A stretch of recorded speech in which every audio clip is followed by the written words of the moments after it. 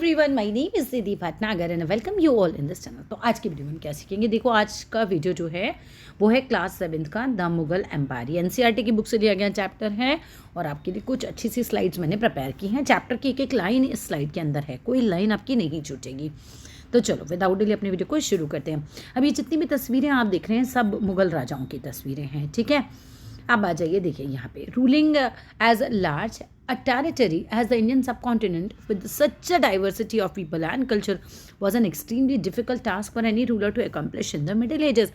अब हुआ क्या, जो मध्यकाल की बात है, मध्यकाल में किसी भी शासक के लिए, कोई भी राजा हो चाहे, उसके लिए भारत का इतना बड़ा जो उपमहाद्वीप है, उस इतने बड़े क्षेत्र पर जहाँ पे भाई अलग अलग तरह के कल्चर हैं, अलग अलग तरह की संस्कृतियाँ हम जिन्हें बोल सकते हैं, इतनी डाइवर्सिटी थी, इतनी विविधता थी कि वहाँ पर शासन करना बहुत ज़्यादा कठिन था। भाषाएँ देख लो कितनी अलग है, लोगों के रीति रिवाज इतने अलग हैं, पहनावा, खान पान, मतलब आप देखो कि विभिन्नता बहुत ज़्यादा थी। तो लोगों, कोई भी शासक आया उसके लिए यहाँ पर शासन करना बहुत ज़्यादा डिफिकल्ट हो गया था।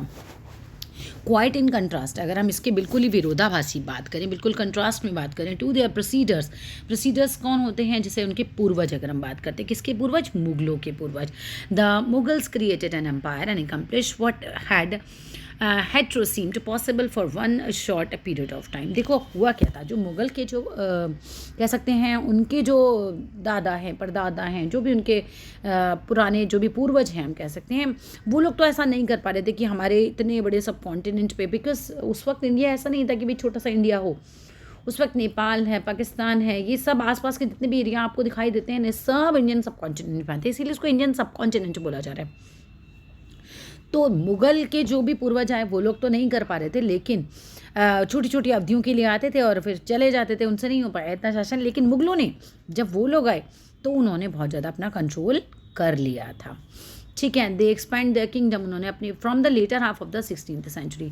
16th सेंचुरी का जैसे लेटर हाफ हुआ, मतलब कुछ आधी 16वीं शताब्दी निकल गई, जब उत्तरार्ध वाला पीरियड आया, they expanded their kingdom from Agra and Delhi. तो इन्होंने क्या किया, अपना किंगडम को फैलाव दिया, फैलाया, कहाँ कहाँ फैला दिया, फ्रॉम आगरा से लेकर दिल्ली तक। Until in the 7th century की बात करो तो they controlled nearly all of the subcontinent. 17वीं शताब्दी आते आते तो इन्होंने पूरा सब कॉन्टिनेंट पर, पूरे सब कॉन्टिनेंट पर इन्होंने अपना अधिकार कर लिया था। They imposed structures of administration and ideas of governance that outlasted their rule, living a political legacy that succeeding rulers of the subcontinent could not ignore. आप बताएं, इनका ना जो तरीका था बहुत ज़बरदस्त था, आगे तक लोगों ने इसको अपनाया था, ठीक है। तो बात क्या करते हैं कि देखो, छोटी छोटी अवधियों के लिए पहले आते थे और फिर चले जाते थे। 16वीं शताब्दी का जब उत्तरार्ध हुआ, यानी कि आधी 16वीं शताब्दी खत्म हुई, तब इन्होंने दिल्ली और आगरा में अपना राज्य का विस्तार शुरू किया और 17वीं शताब्दी आते आते पूरे महाद्वीप पर अपना अधिकार कर लिया। इतनी बात समझ में। इनका जो प्रशासन का ढांचा था, एडमिनिस्ट्रेशन कैसे करना है, जैसे राजा हुआ, फिर उसका मंत्री हुआ, फिर ये मंत्री को कैसे कैसे काम बांटना है, कौन टैक्स वसूलेगा, पैसा कहाँ से आएगा, ये जो पूरा प्रशासन का जो ढांचा था, जो शासन के संबंध में जो भी वो विचार उन्होंने लागू किए थे, जब इनका मुगल काल खत्म भी हो गया, जब इनका पूरा पतन भी हो गया, लेकिन ये चीज़ें तब भी टिकी रहीं। Today the prime minister of India address करते हैं नेशन को ऑन इंडिपेंडेंस डे पे from the ramparts of the red fort से, दिल्ली के जो रेड फोर्ट है उसके रैम्पार्ट से करते हैं। ये क्या था, ये मुगलों का घर था, मुगल एम्पायर का ये रेजिडेंस था। अब आप यहाँ पर देख सकते हो लाल किले की तस्वीर, ये आ सकती है एग्जाम में। अब यहाँ से ये वाली स्लाइड बहुत बहुत बहुत ज़्यादा इंपॉर्टेंट है, ये क्वेश्चन 99% आपका एग्जाम में आ सकता है। हु वर मुगल्स, थे कौन आखिर ये Mughals. The Mughals were descendants of two great lineages of rulers. दो वंश थे, ठीक है। मुगल जो थे दो महान शासक वंशों के वंशज थे, उनके बच्चों, मतलब वंश में आने वाले थे, उनके बच्चों के बच्चे कोई बच्चे थे, ऐसे समझ लो। फ्रॉम देयर मदर्स साइड अगर बात करते हैं तो they were the descendants of Changez Khan. इसको चंगेज़ खान पढ़ना। ये कब मरे थे, 1225 में मरे थे। ये थे कौन, ये भी क्वेश्चन आ सकता है। तो ये थे the Mughal ruler who ruled over parts of China और सेंट्रल एशिया। ये एक ऐसे रूलर थे जिन्होंने चाइना और सेंट्रल एशिया के कुछ पार्ट्स पर जो है अपना राज किया था। और अगर ये पिताजी की साइड से बात किया जाए तो देवर द सक्सेसर्स ऑफ तैमूर। तो तैमूर जिनकी मृत्यु हुई थी 1404 में, उनके सक्सेसर थे, यानी कि उनके वंश के थे। द रूलर ऑफ ईरान था ये। तैमूर के बारे में पूछा जाए कौन था, तो कौन था भाई, ईरान के रूलर थे। इराक और मॉडर्न डे टर्की, ये वहाँ के रूलर थे, ठीक है। हाउ एवर फिर भी Mughals did not like to be called Mongol और मुगल्स, मतलब मुगलों को मुगल कहा जाता है पर इनको अच्छा नहीं लगता था। क्यों? क्योंकि चंगेज़ खान के परिवार का ये कहलाना अपने आप को पसंद नहीं करते थे। This was because Changez Khan की जो मेमोरी थी ना, was associated with the massacre of innumerable people. अब चंगेज़ खान ने क्या किया था, बहुत ज़्यादा लोगों को नरसंहार किया था। अब कौन अपने आप को डाकुओं की फैमिली का कहलाना चाहेगा? ही वॉज लाइक अ डाकू, मारा काटा लूटपाट की। चंगेज़ खान ऐसा ही था, उनकी जो मदर थी, उनका जो फैमिली था वो ऐसा ही था। तो अब मुगलों को नहीं अच्छा लगता था ये सब कि कोई उन्हें उनके तरफ से उनके नाम से जाने, चंगेज़ खान की फैमिली के नाम से जाने, या मुग़ल बोले मंगोल बोले, नहीं, वो नहीं चाहते थे। उनको अपने पिता की जो साइड थी वो ज़्यादा पसंद थी। This was because Changez Khan की मेमोरी बता दी ना, एसोसिएटेड थी मैस्कियर मतलब नरसंहार से इन्यूमरेबल पीपल की। It was also linked with the Uzbeks. अब उज़्बेक्स भी ऐसे ही थे। यहाँ पर लिंक करने का मतलब है उज़्बेक्स जो इनके कंपटीटर्स थे, मुगलों के कंपटीटर्स थे, कंपटीशन में थे इन मुगलों के। मंगोल कंपटीटर्स दे रखा है ना, उज़्बेक्स आ जाए तो कौन थे? मंगोल के कंपटीटर्स थे, आप बता सकते हो ये। ऑन द अदर हैंड मतलब ये भी ऐसे ही थे, बहुत मारकाट करते थे उज़्बेक्स भी, और नरसंहार इन्होंने भी बहुत किया था। ऑन द अदर हैंड अगर हम बात करते तो Mughals were proud of their Timurid ancestry. उन्होंने कहा हमें तैमूरों के खानदान का उन्हें बहुत पसंद है। Not least of all because the great ancestor has captured Delhi in 1398।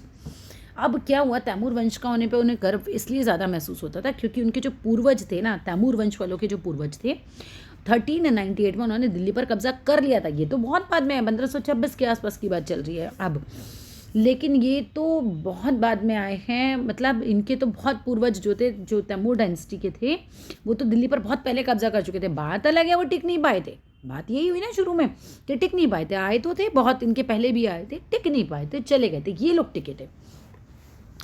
आगे देखो, ये देख रहे हो ना चंगेज़ खान की मेमोरीज़ के बारे में। ये अब चंगेज़ खान की तस्वीर है ये, ठीक है।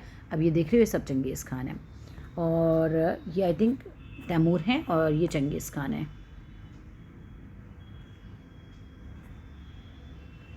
बाबर, मुगल मिलिट्री कैंपेन्स की बात करो। Babur the first Mughal emperor succeeded to the throne of Fergana in 1494। Babur जो है वो बैठा, गद्दी पर बैठा था 1494 में। हाँ, ये तो चंगेज़ खान है। पहली तस्वीर चंगेज़ खान की दिखा रखी है, दूसरी बाबर की दिखा रखी है। बाबर कौन थे? फर्स्ट मुगल एम्परर थे जिन्होंने जो है वो गद्दी पर बैठे थे। ये रे बाबर, ठीक है। ये सब चंगेज़ खान की तस्वीरें हैं, ये सब चंगेज़ खान की तस्वीरें, ठीक है। अब आ जाओ यहाँ पर। बाबर फर्स्ट मुगल एम्परर थे। इन्होंने क्या किया था, गद्दी पर बैठे थे फरगना की इन 1494 में। इंपॉर्टेंट पैराग्राफ है ये भी। When he was only 12 years old, जब केवल 12 साल के थे, he was force to leave his ancestors throne. तो इनको क्या होता कि इनको ना मतलब अपना 12 साल की उम्र में ही मुगलों की जो दूसरी शाखा है उज़्बेक्स, वो लोग आक्रमण बहुत ज़्यादा कर रहे थे, तो इनको छोड़नी पड़ी थी अपनी गद्दी। He was force to leave his ancestral throne. उनको अपनी गद्दी छोड़नी पड़ी थी ड्यू टू द इन्वेशन, क्योंकि इन्वेशन बहुत ज़्यादा हो रहा था, आक्रमण बहुत ज़्यादा हो रहा था। किसका? मंगोलों के ग्रुप पे हो रहा था। दूसरे मंगोल का ग्रुप कौन था? उज़्बेक्स। उज़्बेक्स भी मंगोलों के ग्रुप थे, लेकिन दूसरे मंगोलों का ग्रुप था ये, ठीक है। इनकी पार्ट नहीं था, इन पे तो वो लोग आक्रमण करते थे। आफ्टर ईयर्स ऑफ वॉन्डरिंग, बहुत टाइम तक ये घूमने के बाद, ही सीज्ड काबुल इन 1504 में। इन्होंने काबुल पर कब्जा कर लिया बाबर ने, ठीक है। 1504 में काबुल पर इन्होंने कब्जा किया। And in 1526 he defeated the sultan of Delhi. इन्होंने दिल्ली के सुल्तान को भी हरा दिया। दिल्ली का सुल्तान कौन था उस समय? इब्राहिम लोदी था। कौन सी लड़ाई हुई थी? पानीपत की लड़ाई हुई थी। पानीपत में ही हुई थी, at captured Delhi and Agra. और जब इन्होंने इब्राहिम लोदी को हराया बाबर ने, तो इन्होंने दिल्ली और आगरा पर अपना कब्जा कर लिया। ये बाबर की तस्वीर है। Mughal tradition of succession. अब मुगल का ट्रेडिशन क्या था सक्सेशन का? सक्सेशन का मतलब क्या होता है बच्चे? उत्तराधिकार, मतलब प्रॉपर्टी किसको मिलेगी। The Mughals did not believe in the rule of primogeniture, where जहाँ पर क्या होता है, बड़े बेटे को ही जो है इनहेरिटेड फादर का स्टेट मिल जाता है। ये मुगल इस चीज़ को नहीं मानते थे, इनके हिसाब से सब में बंटनी चाहिए, ठीक है। Instead they followed the Mughal and Timurid custom. जो मुगल्स थे वो बिलीव नहीं करते थे कि भाई बड़े बेटे को ही सारी गद्दी मिले। इनका विश्वास यही था, जो मुगलों का चल रहा था पीछे से भी, कि टैमरिड डायनेस्टी में, जिनके पिता की डायनेस्टी है, कि डिवीजन हो जाए इनहेरिटेंस का अमंग ऑल द सन्स में। विच डू यू थिंक, तुम्हारे हिसाब से कौन सा फेयर है? मेरे हिसाब से भी यही है कि भाई सब में बराबर बंटना चाहिए। बड़ा होने का क्यों ही किसी को इतना अलग से रिवॉर्ड मिले। बस यही होता है कि बड़ा को जब मिलता था तो बड़ों को सामान भी बहुत मिलता था। आज पैसे के चक्कर में लड़ाई ज़्यादा हो जाती है, बस ये चीज़ है। अब आ जाइए, ये देखिए दरबार लगा हुआ है, ठीक है। ये बाबर का दरबार है। Mughal marriages with Rajput. अब मुगलों की शादी होती थी राजपूतों की लड़कियों के साथ। अब मुगलों का क्या था कि लड़ाई हो रही थी बहुत ज़्यादा। अब मुगल आ गए, हम पर अधिकार कर लिया, तो अब राजपूतों को जब ये समझ में आने लग गया कि यार इनसे पंगा लेना बेकार है, हम तो जीत नहीं पाएंगे, तो उन्होंने अपनी लड़कियों को शादी करवा दी मुगलों से। अब शादी कराने से क्या फ़ायदा होगा? शादी से फ़ायदा होगा कि रिश्तेदारों को थोड़ी ना मारेंगे काटेंगे, रिश्तेदारों के ऊपर थोड़ी अधिकार करेंगे, तो थोड़ा रिश्तेदारी बना रहे थे, थोड़ा फैमिलियर होने की कोशिश कर रहे थे। इसका कुछ एग्जाम्पल अगर आ जाए तो क्या लिखोगे?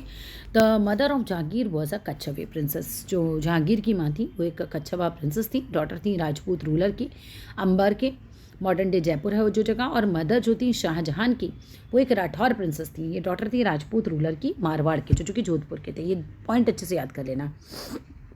Mughal relations with others. अब मुगलों के रिलेशंस कैसे थे दूसरे लोगों के साथ? द मुगल रूलर्स, जो मुगल के रूलर्स थे,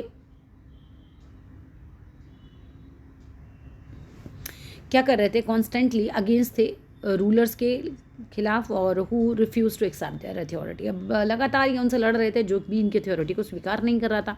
बट एज द मुगल्स जो थे become powerful, many other rulers who also join दम वॉलेंट्री।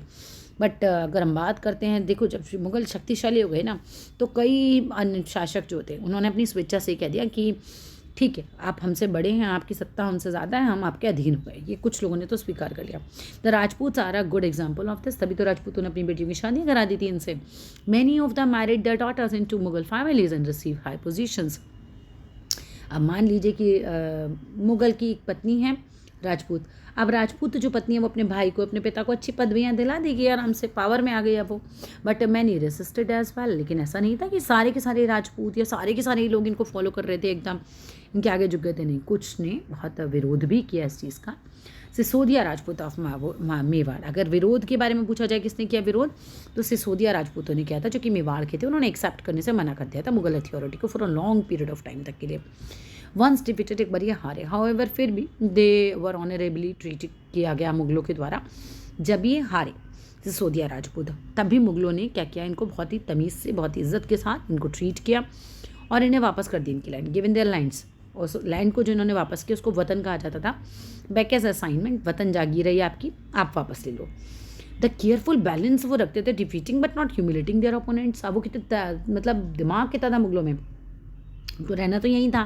तो उन्होंने कहा मैंने हरा भी दिया ना, बड़प्पन दिखाते थे, कहते थे ले लो अपनी ज़मीन वापस, ठीक है तुम हारे हो मुझसे, लेकिन हम तुम्हें तुम्हारी ज़मीन वापस दे रहे हैं। तो ह्यूमिलेट नहीं कर रहे थे, दिल जीता होगा ना उस समय। एक राजा सोचो हार गया इनसे, अब हार गया तो उसका सब कुछ लुट गया, लेकिन अगर आप उसे सारा कुछ वापस दे दोगे तो राजा तो बिल्कुल ही आपके अधीन ही हो जाना ना। वैसे ही आपकी इतनी इज्जत कर लेगा कि यार तो मुझे मार भी सकता था 2 मिनट में, लेकिन इससे मुझे मेरी सारी जागीर वापस दे दी। तो इसीलिए वो इतना छा गए थे। तो ये जो पॉलिसी थी इनकी, ये बहुत ज़बरदस्त थी पॉलिसी थी। डिफीट कराना दूसरे को, ह्यूमिलेट नहीं कराना ओपोनेंट को, है ना, उसकी बेइज्जती नहीं करना। Enable the Mughals to extend their influence, और इस तरह से इनका जो प्रभाव है बढ़ता चला गया over many kings and chieftains पर। बहुत सारे सरदार, चिफ्टन्स कौन होते हैं? सरदार। But it was difficult to keep this balance all the time. लेकिन हमेशा तो इस तरह का बैलेंस रखना ज़रा डिफिकल्ट होता था। ये देख रहे हो इनकी सेनाएं वगैरह कैसे आती थी, हाथियों वाथियों में दिखा रहे हैं आपको। अब आता है एक हमारा ज़ात रैंकिंग। अब ये ज़ात रैंकिंग क्या है भाई? ज़ात मतलब होता है ज़ात की श्रेणियाँ। देखो, नॉबल्स विद अ ज़ात ऑफ 5000 वर रैंक्ड हायर। जिसकी ज़ात 5000 है उसकी रैंकिंग ज़्यादा है, ठीक है, देन दोज जिसकी 1000 है। अब अकबर के टाइम में क्या हुआ? अकबर के रन में देयर वर 29 मनसबदार। 29 मनसबदार होते थे विद द रैंक ऑफ 5000, जिनकी रैंक होती थी 5000, चीज़ें है ना, 5000 ज़ात। औरंगज़ेब की रैन में आते आते मनसबदार बहुत इंक्रीज़ हुए, वो 79 हो गए। और would this have meant more expenditure for the state? Yes exactly, खर्चे बढ़ गए होंगे। अब आगे आ जाओ, मनसबदार एंड जागीरदार, ये बहुत इंपॉर्टेंट है, यहाँ से बिल्कुल क्वेश्चन बन के आ सकता है। एज द एम्पायर एक्सपेंडेड, जैसे जैसे इनका एम्पायर एक्सपेंड हुआ, फैला हुआ, टू इनकम्पास डिफरेंट रीजन्स। अब इन्होंने क्या किया, उसमें अलग अलग तरह के क्षेत्र जो हैं इनकम्पास हो गए, मतलब आके मिल गए। तो मुगल्स ने रिक्रूट किए डाइवर्स बॉडीज़ ऑफ पीपल को, मतलब अलग अलग प्रकार के लोगों को अपने अंदर शामिल करने लगे। जैसे होती है ना, सभा हो रही है, मंत्री हैं, अलग अलग लोगों को जो हैं, पहले तो भाई सिर्फ एक ही टाइप के जो इनके होते थे उन्हीं को मिलती थी गद्दियाँ, लेकिन अब इन्होंने दूसरों को भी पोजीशन देना शुरू किया। From a small nuclear of Turkish nobles, पहले तो तुर्की ही जो होते थे, है ना, जिन्हें हम क्या बोलते हैं, तुरानी बोलते थे, उतने छोटे समूह तक ये सीमित थे। They expand to their include Iranis, Indian Muslims, Afghans, Rajput, Marathas, सब ग्रुप्स को उन्होंने अपने अंदर शामिल कर लिया। इससे क्या हुआ, इनमें एकजुटता बढ़ी, हमारे लोगों के साथ घुल मिल गए बहुत ज़्यादा ही। Those who join Mughal services, जो भी मुगल सर्विस को ज्वाइन करता था, हु एनरोल्ड एज मनसबदार, वो मनसबदार था। माने आप मुगल की नौकरी कर रहे हो, आप मुगल के मनसबदार, अब कौन सी ज़ात पे काम कर रहे हो उससे तुम्हारी रैंकिंग हो गई, ठीक है। So the term mansabdar refer करता है टू एन इंडिविजुअल को, एक बंदे को हु होल्ड्स अ मनसब, जिसको कोई काम मिला है, जिसको मनसब मिला है, जिसको कोई पोजीशन मिली है, उसको कोई रैंक मिला है। मनसब मीन्स पोजीशन और rank. It was a grading system. Mansab क्या था? It was a grading system जो कि यूज़ करते थे मुगल्स फिक्स करने के लिए रैंक को, सैलरी को, और बंदे की मिलिट्री रिस्पॉन्सिबिलिटीज़ क्या रहेंगी, क्या काम करेगा ये, ठीक है। तो हम कह रहे हैं इसका पोजीशन क्या है, इसका मनसब क्या है। मनसब बताएगा कि इसका रैंक क्या रहेगा, मनसब इस पोजीशन और रैंक, इससे उसकी सैलरी पता चलेगी, इससे उसका काम पता चलेगा। Rank and salary were determined by a numeric value, जिसे हम ज़ात कहते हैं। जिसकी जितनी ज़ात उसका उतना रैंक ऊपर। द हायर द ज़ात the more prestigious was the nobles position in the court and the larger is salary, उसका सैलरी उतना ज़्यादा होगा। The Mansabdar's military responsibility required him to maintain a specific number of सवार्स और cavalry। अब जो मनसबदार शब्द है वो ऐसे व्यक्तियों के लिए होता है जिनका कोई मनसब हो, सरकारी हैसियत, ये तो हमने पढ़ लिया, चचा आ गए थे। मनसबदार जो होते थे उनको मिलिट्री रिस्पॉन्सिबिलिटीज़ के लिए मेंटेन करने होते थे सवार। सवार का मतलब है जो घोड़े पे उनके जो सवार आते थे ना, बैठ के लड़ाई बड़ाई करने में काम आते थे ऐसे लोग, वो कैवेलरी मीन्स घोड़ क्या बोलेंगे हिंदी में उसको, घुड़सवार है ना। The mansabdar brought his cavalry man for a review, got दम रजिस्टर्स। मनसबदार जो होते थे अपने कैवलरी मैन को, घुड़सवारों को क्या है लेकर जाते थे रिव्यू के लिए, इनको रजिस्टर कराते थे। लेट सपोज मैं एक मनसबदार हूँ और मुझे रखने हैं 1000 घोड़े सवार, युद्ध में चाहिए, तो मैं अपने 1000 घोड़े लेकर जाऊँगी, मैं रजिस्टर कराऊँगी, देखिए सर मैंने 1000 घोड़े जो हैं वो रखे हुए हैं और उनको ब्रांडेड, मतलब देयर हॉर्सेस ब्रांडेड, मतलब उन पर मोहर वोहर लगेगी कि ये 1000 घोड़े निधि के हैं, ठीक है ऐसे। And then receive to money to pay them as a salary.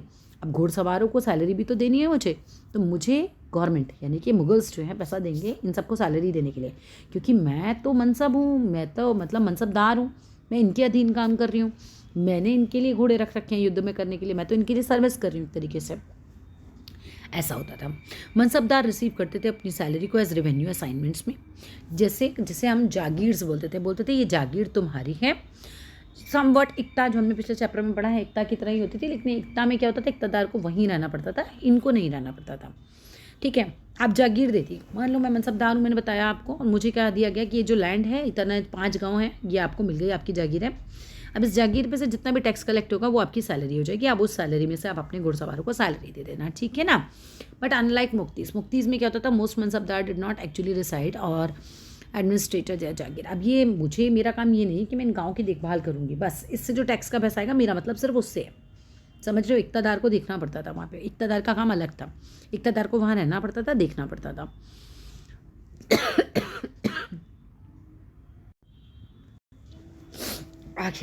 Sorry, they only had rights to the revenue of their assignments. अब इनके पास केवल राइट इतना ही होता था कि रेवेन्यू इकट्ठा कर सकते हैं बस, ठीक है। यानी कि मुझे अगर 5 गाँव जागीर दिए गए हैं तो मेरे को वहाँ ना गाँव के लिए कोई काम करना है ना, मुझे वहाँ गाँव में रहना है, बस मुझे वो जो टैक्स मिलेगा पैसा उससे अपने घुड़सवारों की सैलरी देनी है, खुद की सैलरी निकालनी है, that's it. While the mansabdar themselves served in some parts of the country, लेकिन मनसबदार को किसी न कहीं और वो काम करता था, ठीक है। आगे आओ, सवार और कैवलरी, देखो घुड़सवार की तस्वीर आपको दिखा रखी है।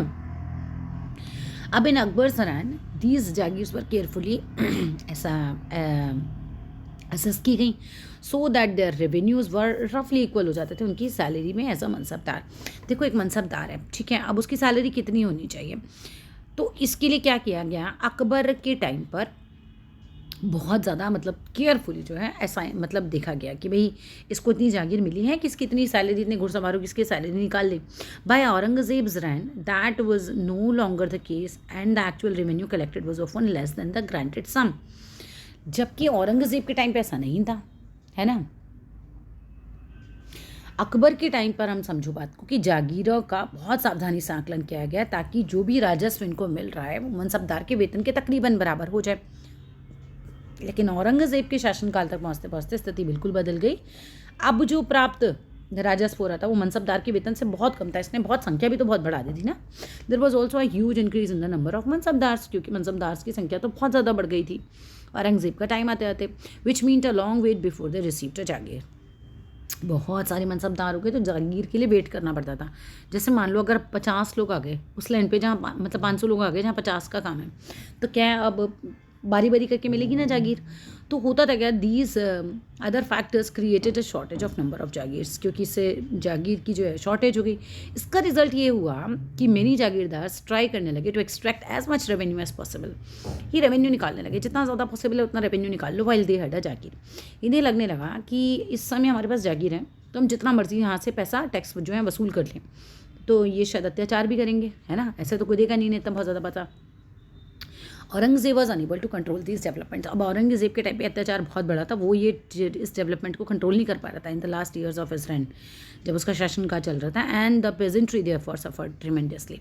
तो उसके जो किसान वगैरह थे उनको बहुत ज़्यादा सफ़र करना पड़ा था। अब ये अकबर की तस्वीर आपको दिखाई हुई है और ये औरंगज़ेब की तस्वीर आपको दिखा रखी है। फिर आता है आपका एक ज़ब्त एंड ज़मींदार, ये भी एक बहुत इंपॉर्टेंट टॉपिक है। The main source of income जो अवेलेबल थी to Mughal rulers was tax on the produce of the peasantry. अब जो भी हमारे किसान थे उनकी उपज पे जो भी टैक्स लगता था वो इनका मेन सोर्स होता था। मोस्ट प्लेसेस पीजेंट्स पे करते थे टैक्सेस को थ्रू द रूरल एलाइट्स के द्वारा, ठीक है। यानी कि हुआ क्या, मुगलों की आमदनी का मुख्य साधन तो हमें पता ही है भाई, किसानों से उपज में मिलने वाला पैसा ही था, उसी से जो भी टैक्स मिलता था। अधिकतर स्थानों पर किसान जो थे ग्रामीण कुलीन परिवारों यानी कि मुखिया या स्थानीय सरदारों के माध्यम से राजस्व देते थे। यानी कि गांव के मुखिया को सब किसानों ने पैसा दे दिया, मुखिया ने जाकर मुगलों के किसी बंदे को पैसा दे दिया, हेड को दे दिया। द हेडमैन और द लोकल चिफ्टन्स को, ये लोकल सरदारों को पैसा दे देते थे, पीजेंट्स वगैरह। The Mughal used one term, Mughal एक टर्म यूज़ करते थे zamindars to describe all the intermediates, जितने भी बीच में पैसा निकाल रहे हैं लोग, दे रहे हैं। मान लो कि 50 मजदूर यहाँ खड़े हुए हैं, इन 50 मजदूरों से पीजेंट्री से मजदूर नहीं किसान खड़े हुए, ठीक है। इनसे पैसा लिया एक मुखिया ने या किसी सरदार ने, लोकल जो भी सरदार है वहाँ का। तो इसको इंटरमीडिएट बंदे को ये क्या बोलते थे, ये कौन है, ये ज़मींदार है, ठीक है। वो ज़मींदार वर्ड यूज़ करते थे जितने भी बीच में मिडल मैन आते थे। मान लो 4 गांव के हेडमैन है, उन्होंने इकट्ठा किया कि एक बंदे को, एक और बंदे को पैसा दे दिया, वो जा रहा है मुगलों के ऑफिस पैसा जमा करने के लिए, रेवेन्यू मिनिस्टर के पास जा रहा है, तो वो सब उनके लिए ज़मींदार होते थे बंदे। वेर एवर नहीं, वेदर देवर लोकल हेडमैन हो और विलेज और पावर चिफ्टन्स हो, अकबर्स रेवेन्यू मिनिस्टर जो था टोडरमल था, कैरीड आउट ऑफ केयरफुल सर्वे, उसने बहुत केयरफुली सर्वे किया ऑफ क्रॉप याइल्ड्स का, कि भाई कहाँ की कौन सी फसल उग रही है, उनके प्राइजेस क्या हैं, एरिया कैसा कल्टिवेटेड है, फॉर अ 10 ईयर्स पीरियड, 10 सालों के लिए, 1570 से 1580 तक। On the basis of this data, और जब उसने 10 साल तक ये करा और अपना पूरा डाटा बनाया, तो tax was fixed on each crop in cash. तब उसने टैक्स को जो है वो कैश में फिक्स कर दिया था। Each province was divided into revenue circles. अब उसने कहा कि ये एक रेवेन्यू सर्कल है, ये एक रेवेन्यू सर्कल है, ये जगह एक और रेवेन्यू सर्कल है। इस तरीके से उसने जगहें डिवाइड कर दी थी, रेवेन्यू सर्कल्स डिवाइड कर देते थे फॉर इंडिविजुअल क्रॉप्स के लिए। This revenue system was known as zabt, और इस रेवेन्यू सिस्टम को ही हम जब्त बोलते हैं। It was prevalent in those areas where Mughal administration could survey the land. ये केवल वहाँ पर लागू हुआ जहाँ पर मुग़ल का शासन चल सकता था, जहाँ उनका लैंड सर्वे किया जा सकता था। And keep very careful account, तो बहुत ध्यान से सब किया गया। This was not possible in the provinces, जैसे कि गुजरात, बंगाल, वहाँ ये पॉसिबल नहीं हो पाया ज़ब्त सिस्टम, क्योंकि बहुत इनकी पहुँच से दूर लैंडें थी। इन सम एरियाज ज़मींदार एक्सरसाइज करते थे ग्रेट डील ऑफ पावर, ज़मींदारों के पास बड़ी पावर हुआ करती थी। The exploitation by Mughal administrators could derive them to rebellion. अब ज़मींदार जो कि बीच में से पैसा जमा कर रहे हैं, किसानों वगैरह से ले रहे हैं, ये सब ज़मींदार थे इनके लिए, तो ये कई बार इनके बहुत खिलाफ हो गए। ये लोग कुछ करते होंगे, मुगल जो है अत्याचार करते होंगे इनके बंदे। सम ज़मींदार और पीजेंट्स ने of the same caste allies in rebellions, मतलब ये तो बिल्कुल ही विरोध में इनके आ गए थे, कुछ तो इन्होंने विद्रोह कर दिया था, चुनौतियाँ दे दी थी बिल्कुल, ठीक है। दिस पेजेंट्री ने रिवॉल्ट किया था एंड क्या किया था फिर, change the stability of the Mughal empire, पूरा मुगल एम्पायर की स्टेबिलिटी को बिल्कुल चैलेंज कर दिया था कि नहीं चलेगा आप लोगों का राज। And from the end of 17th century तक ये ऐसा विद्रोह हो गया था। देखो 17वीं शताब्दी के आखिर में ऐसे किसान विद्रोहों ने मुगल साम्राज्य के स्थायित्व को चुनौती दी थी कि अब हम टिक भी पाएंगे कि नहीं टिक पाएंगे, इतना किसान हमारे विरोध में खड़ा हो गया। तो ठीक है, ये टोडरमल की तस्वीरें हैं, रेवेन्यू मिनिस्टर थे अकबर के। अकबर नामा और आईने अकबरी, ये भी बहुत इंपॉर्टेंट है। अकबर ने ऑर्डर किया one of his close friend को, जो कि उनका दरबारी भी था, Abul Fazl, very important lines, ठीक है। To write a history of his reign. उसने कहा कि तुम मेरा इतिहास लिखो, मेरा जो रैन है, पूरा राज्य है, उस पर आप जो है मेरे पूरे शासनकाल पे बेसिकली आप लिखिए। अबुल फजल ने 3 वॉल्यूम में हिस्ट्री लिखा, 3 वॉल्यूम्स में लिखा, जैसे 3 बुक समझ लो, पार्ट 1, पार्ट 2, पार्ट 3, अकबर के रैन पे, अकबर के शासनकाल पर। टाइटल उसको दिया गया अकबरनामा। फर्स्ट वॉल्यूम में क्या लिखा, अकबर के एंसेस्टर्स, उसके पूर्वजों के बारे में लिखा। सेकेंड वॉल्यूम में अकबर के टाइम के जो भी उसके शासनकाल में इवेंट्स हुए उसमें लिखा। और थर्ड वॉल्यूम का नाम था आईने अकबरी, याद रख लो, थर्ड पार्ट का नाम था आईने Akbari. It deals with Akbar's administration, कि अकबर का जो एडमिनिस्ट्रेशन था, प्रशासन करने का तरीका था, ये सब कैसा था, ठीक है। इसके अलावा हाउस होल्ड, आर्मी कैसा, रेवेन्यू कैसे लेता था, ज्योग्राफी कैसी थी, मतलब कहाँ पहाड़ है, कहाँ नदियाँ हैं, कैसी था पूरा उसका राज्य, एम्पायर उसका कैसा था, सब इसके बारे में लिखा गया है। It also provides rich detailed about the tradition, और कल्चर कैसा था उस समय के लोगों का, इसमें ये सभी थे। थर्ड वॉल्यूम बहुत इंपॉर्टेंट है, ठीक है। The most interesting expect about the आईने अकबरी है कि ये बहुत ही रिच था, स्टैटिकली जो डिटेल इसमें दे रखी थी, स्टैटिक्स जो दे रखे थे, इतने % लोग ये काम करते हैं, तो इस तरह से इतने % ने ये काम किया, वो बहुत ज़्यादा डिटेल में इन्होंने दिया था। क्रॉप्स, याइल्ड प्राइजेस, वेजेस, रेवेन्यू, सब के बारे में बहुत अच्छे से बता रखा था। वेजेस क्या होता है बच्चे, एक दिन में काम करने का, एक आदमी को एक दिन का कितना पैसा मिला उसका वेज हुआ, ठीक है। अबुल फजल, ये देखिए किताब दे रहे हैं, ये अबुल फजल, ये इसमें ये देखिए, ये अबुल फजल हैं, ये अकबर को दे रहे हैं, ठीक है। आगे आ जाओ, ये अकबरनामा की किताब है, आगे देखते हैं। Nurjahan influence Jahangir court. अब नूरजहाँ जो थी उनका बहुत प्रभाव था जहांगीर के कोर्ट में। मेहरुन्निसा नूरजहाँ का नाम ही है। Mehrunnisa married the emperor Jahangir, Mehrunnisa की शादी हुई जहांगीर से 1611 में, and received the title Nurjahan, और उसको नूरजहाँ का टाइटल रिसीव हुआ।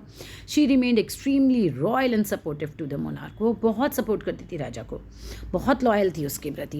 As a mark of honour, और इज्जत देने के लिए हम कह सकते हैं, मार्क ऑफ ऑनर के लिए जहांगीर ने क्या किया, सिल्वर कॉइन्स बनवाए उसके नाम के, bearing is own title on one side, एक तरफ तो उसका टाइटल था, on other inscription stuck in the name of the queen Begum Nurjahan. Basically क्या हुआ, मेहरुन्निसा की शादी होती है 1611 में जहांगीर के साथ, ठीक है। उसे नूरजहाँ का खिताब इन्होंने दिया शादी करके। नूरजहाँ हमेशा जहांगीर के प्रति बहुत वफादार रही और समय समय पर उसको बहुत सहयोग करती थी, बहुत हेल्प करती थी। नूरजहाँ के सम्मान में जहांगीर ने चांदी के सिक्के जारी किए, जिसमें एक और स्वयं का खिताब उत्तीर्ण थे उनके स्वयं के, और दूसरी ओर रानी बेगम नूरजहाँ का नाम गढ़ा हुआ था। The round seal stated by the son of Shah Jahangir, she became the brilliant as moon, may Nurjahan Badshah be the lady of the ages. क्या चीज़ है, बाईं ओर दस्तावेज आपको दिए हुए नूरजहाँ ने जारी किए थे, ये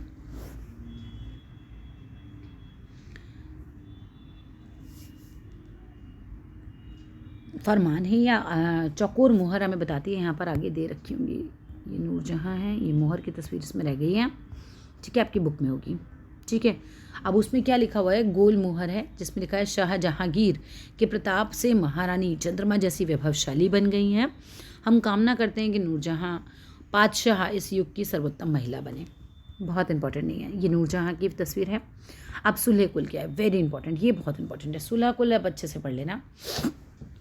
जहांगीर कौन था, अकबर के जो बेटे हैं उनका नाम भी जहांगीर था, ठीक है। डिस्क्राइब हिज फादर पॉलिसी, इन्होंने डिस्क्राइब की अपने पिताजी की पॉलिसी को, policy of sulh-i-kul in the following words में, as in the wide expanse of the divine compassion there is a room for all classes and flowers of all creeds, so in his imperial dominions, which on all sides were limited only by the sea, there was the room for the professors and opposite religions and beliefs, good and bad, and the road to intolerance was closed. ध्यान से यहाँ तक का समझे। देखो, अकबर के सुलह कुल की नीति उनके बेटे जो जहांगीर थे उन्होंने वर्णन किया। ईश्वर की अनुकंपा से विस्तृत आंचल में सभी वर्गों, सभी धर्मों के अनुयायियों के लिए एक जगह है। बेसिकली इनके पिता यही कहते थे कि सभी धर्म बराबर हैं, सभी धर्मों के लिए जगह थी इनके पिता के दिन में। इसीलिए इतने बड़े साम्राज्य में जहाँ चारों ओर सीमाएं हैं, केवल समुद्र से ही निर्धारित होती थी सीमाएं, मतलब सब तरफ समुद्र था हमारे, हम कह सकते हैं। विरोधी धर्मों के अनुयायी और तरह तरह के अच्छे बुरे विचारों के लिए यहाँ पर जगह थी, क्योंकि अलग अलग धर्मों के लोग यहाँ पर रहा करते थे। तो उन्होंने कहा नहीं, सबके लिए यहाँ पर जगह है। और यहाँ पर असहिष्णुता, मतलब असहिष्णुता का मार्ग बंद है, मतलब ऐसा नहीं कि आप किसी के धर्म पे, किसी बात पे जो है उंगली उठा सके या उस चीज़ को बर्दाश्त ना करे, नहीं, ऐसा नहीं है। आपको सबको सम्मान देना है। यहाँ पर सुन्नी और शिया एक ही मस्जिद में इकट्ठे होते थे, और ईसाई और यहूदी भी, ठीक है, क्रिश्चियंस और जूइस, जो ईसाई और यहूदी थे, वो भी एक ही चर्च में प्रे करते थे।